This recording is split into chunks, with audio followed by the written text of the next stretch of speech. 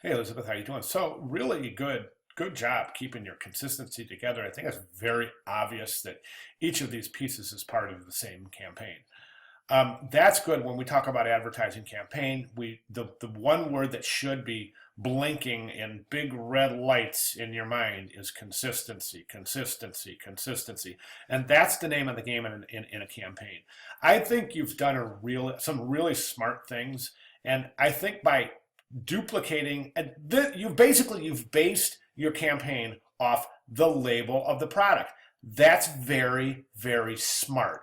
You've duplicated this gradient, this white to yellow gradient on the background here, here, here, here, and here. That's just wonderful consistency.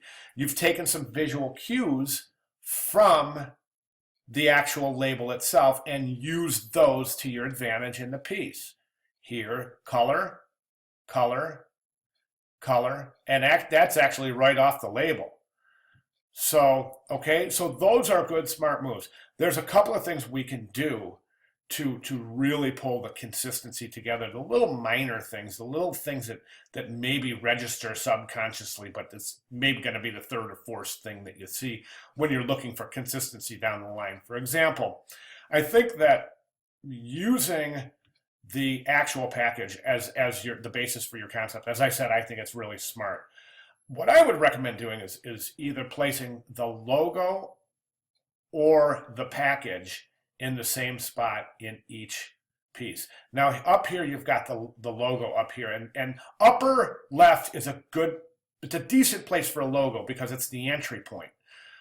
There is a better place for a logo, and that's the exit point. And that's down here. Entry point typically is upper left. Exit point is typically lower right. But you don't have to do anything there. I think you're fine with your logo up here. However, if you're going to keep your logo up upper left, do it in every piece. Should be here, should be here. Okay, and conversely, you're over here anyway, so you've got some good consistency between your banners and your magazine ads, but then your logo jumps clear to the other side of the composition. Here, clear to the other side of the composition, and down to, and even moving horizontally down the composition creates an inconsistency. Okay, for that reason, I would recommend in your outdoor your billboard ads to place the logo upper left. Okay, which means that you're placing the product, the label, and I would, if as long as the logo is going upper left, let's hit them again on their way out and reinforce that label by placing the label in the lower right on each piece of the campaign. Okay, it means you might have to flip that image, use it the other way. You might have to do some recomposing, sure, but nonetheless, I think it's really going to work. So we have logo upper left, we have product lower right. Okay, that means you'll have to recompose your headlines, taglines.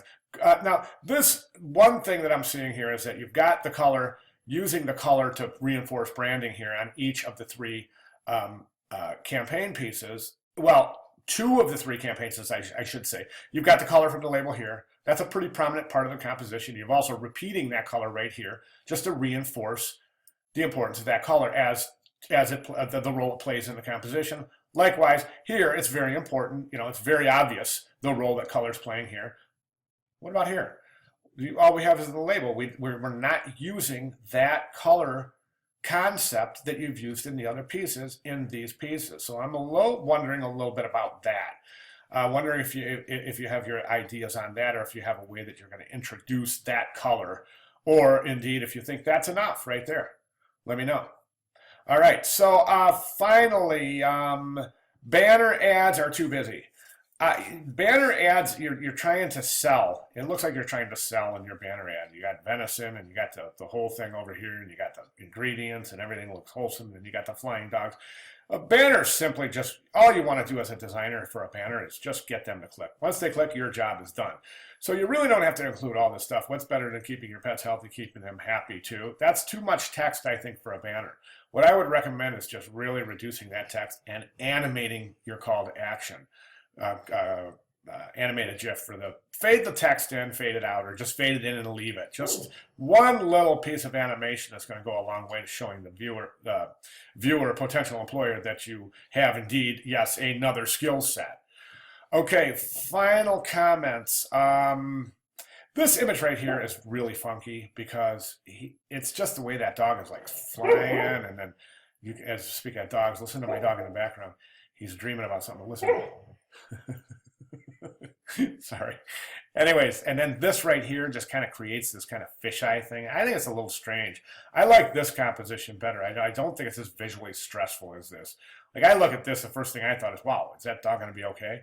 You see what I'm saying? Okay, typically also a magazine ad, you know what, you've got some pretty good text here. You definitely want to include text in a magazine ad because you don't want your viewer to look away real quick. You want to hold them in there as long as you can. That's why you always see text in magazine ads, unless it's a really super high-end product like Tag watches or something like that. Anyways, all right, so there you go. My comments and recommendations. If you have any questions, comments, or other, please give me a holler. All right, great job. Thank you.